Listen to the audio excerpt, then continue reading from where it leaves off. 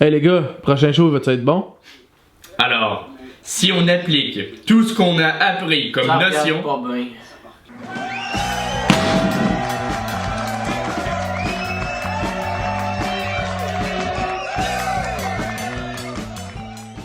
Comme on disait hier, les shows ont été un petit peu plus durs qu'on le pensait. Fait que aujourd'hui, on a décidé d'aller s'asseoir avec Roman pour aller discuter un peu plus, comprendre un peu plus l'humour. Fait que... Puis on a compris des affaires là, ça arrête pas. Oh non. C'est Alija pis... Non. Ah. Allez checker l'entrevue. Bon, c'est un peu plate pour toi parce que moi j'ai vraiment catché. Ok, ta gueule, il y a une vidéo. Ok. Je l'ai. Donc là, ça vient de commencer, puis je disais que donc j'ai commencé à... Donc ouais, en fait, mon père, c'est quelqu'un qui calcule énormément, il voit tout, mon père. Mais il y a vite plus en travail. Ouais, en fait, c'est quelqu'un qui croit beaucoup dans le travail.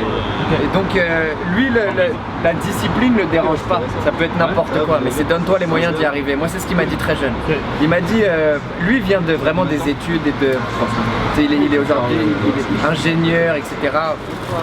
Mais c'est vraiment une philosophie du travail. Et donc, ouais, il m'a dit, peu importe la discipline, ce qui compte, c'est que tu te donnes les moyens d'arriver là où tu veux arriver. C'est la seule chose qui compte. Mais t'as commencé dans le fond à être assistant, juste pour rire, mais t'as fait des shows à Paris aussi, t'as quand t'es arrivé à Montréal, tu travaillais à l'université. Ouais. Là j'avais fait, parce que quand je suis arrivé là-bas pour être... j'ai dit que j'allais travailler bénévolement déjà, donc au final ça a été plus simple pour être accepté là-bas. En revenant, en fait c'est dans les loges là-bas, il est genre 3h du matin, je suis en train de nettoyer une loge. Et il y a l'humoriste Baptiste Le Caplin qui re-rentre dans la loge. Et je lui dis, écoute, moi j'adorerais être humoriste, mais je vis à Paris, où est-ce que je peux jouer? Il a pris un bout de papier, il a écrit 3 endroits où jouer, et il a laissé son mail, et il m'a dit tiens. Et donc là, en rentrant, j'ai commencé à écrire dans l'avion. Puis j'ai écrit en rentrant, puis j'ai envoyé des mails pour me faire booker. Et j'ai joué pour la première fois de ma vie dans un truc qui s'appelait le Chinchman, au Café de Paris, ici. De là, on m'a fait jouer au Pranzo. Puis j'ai joué dans d'autres soirées un peu à Paris et finalement j'ai passé mon baccalauréat qui est la fin des études ici à 18 ans qui t'amène vers les études supérieures et là j'ai dit non, moi je veux faire des blagues dans ma vie, j'ai vu Montréal, je sais à quoi ça ressemble, c'est là-bas que ça se passe. Okay. Et donc j'ai pris un avion, je suis arrivé à Montréal faire les études qu'on a fait quand on allait à l'université ensemble, puis qu'on est allés tous les deux pour la même raison pour aller étudier, mais on voulait tous deux arriver à Montréal pour faire de l'humour. Il a commencé avant moi, première année, il a lâché, t'es allé à l'école de l'humour, il a été pris. L'année d'après, j'ai fait dans le même C'est là qu'on s'est connus. Exactement. Et puis moi, sérieusement, l'un des trucs qui justifie les études universitaires que j'ai faites dans ma vie, c'est vraiment le fait que j'ai appris que l'université c'était pas pour moi et puis ta rencontre. Ça c'était. Et puis moi quand j'ai appris que tu étais à l'école nationale de l'humour après, j'étais tellement satisfait. Ouais, quand j'ai fait mon stage, j'avais comme non, t'en revenais pas. Mais moi j'étais tellement content parce qu'on a eu tellement de discussions dans des amphithéâtres d'humour et on veut faire ça dans nos vies, puis on a envie de le faire et tout. Et je me souviens quand j'avais fait mon spectacle au Zoufest, t'étais venu me voir et tout. Puis je t'avais dit à ce moment-là que moi j'étais pris à l'école. Et l'année d'après que tu rentres, je me disais putain, tu sais, on en parlait avant de le faire. Puis là ça y est, c'est devenu une réalité pour nous. Donc moi j'ai vraiment le sentiment que ça c'était... c'est toi qui m'as fait découvrir parmi mes premiers humoristes québécois. Ah ouais.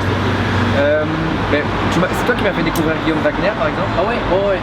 Puis tu m'as montré plein d'humoristes québécois que moi je connaissais pas. Qu'au final j'ai fini par rencontrer après personnellement. Donc ça non, t'es allé au Kawa Café, puis t'es assis, il y avait Adib qui était direct devant toi, puis c'est là que ça a commencé après ça. T'as toutes les places, t'as commencé à faire fou de bord. Exact. Ça avait gros marché, ouais. Le Kawa qui est vraiment ta place. Le Kawa, c'est là que je vais tout le temps. Là, je marche un peu partout dans Paris tous les jours pour retrouver un café aussi agréable que le Kawa Café et je n'en trouve pas. Tu dis que quand tu étais bénévole au Festival Juste pour rire, quand tu as décidé que tu voulais faire des blagues, tu as dit j'ai vécu Montréal, je sais que c'est à Montréal que ça se passe, j'ai vu l'humour, je veux y aller. Mais en fait, ce que tu avais vu, c'était juste le festival ou pendant que tu étais bénévole, tu avais été dans des petites soirées? J'avais vu que le festival. Fait que c'est sûr que toi, t'arrives, tout ce que tu as vu, c'est la crème de la crème, les gars, le festival. C'est ça. Ah, ben l'humour, ça doit être ici. Mais moi, c'est le niveau en fait. Moi, c'est vraiment le niveau et l'humilité. Parce que je voyais les gens agir en loge aussi. Ouais. Et j'avais été impressionné par. Et puis j'assistais aux répétitions. Moi je faisais des heures, les heures qu'ils me disaient c'était faire entre 10h et ils me disaient de partir vers 8h, mais c'est faux, moi j'arrivais à 8h du matin, quand il n'y avait rien à faire, Et je partais à 2-3 heures du matin quand je trouvais des trucs à faire. Puis je me rendais disponible à tout le monde. La technique, la prod, l'artistique, comme ça j'avais mes entrées partout. Je voyais au final, il y avait un appel, j'étais là. Et ça me donnait une espèce de la confiance de tout le monde et donc une certaine liberté. Et donc ça me permettait, tu sais, quand il y avait des périodes mortes, d'assister aux répétitions, tu vois. Ouais. Moi j'ai vu Mike Ward en train de répéter, tu sais, en train d'arriver sur scène quand il n'y a personne dans le public. Puis voir comment ça se passe, juste Q in, Q out, j'ai juste des petits trucs, mais je les ai vus se préparer, j'ai vu le travail qu'il y avait derrière, un peu les coulisses. Les gars, je les voyais le soir faire des standing ovations, puis après détente avec tout le monde, puis il y avait l'aspect fête après, et ça m'a inspiré, ça m'a dit, tu sais, moi c'était les humoristes francophones les plus performants que j'avais vus de toute ma vie. Puis après il y a des humoristes anglophones qui sont arrivés aussi qui m'ont impressionné, mais moi j'avais jamais vu d'humour francophone aussi puissant. Laurent Paquin, je me souviens qu'il m'avait tué en deux, puis après on s'était parlé dans les loges, puis on avait parlé un peu de la France et le gars était d'une humilité impressionnante, puis ça m'avait charmé. Je me suis dit mais attends, mais c'est là qu'il faut aller, quoi. Ouais. T'avais eu le goût de faire de l'humour qu'à Montréal en commençant, ou tu disais que tu voulais importer ça ici, mettons? En fait, j'avais l'impression que pour me développer, déjà il y avait plusieurs raisonnements. Premièrement, j'étais jeune.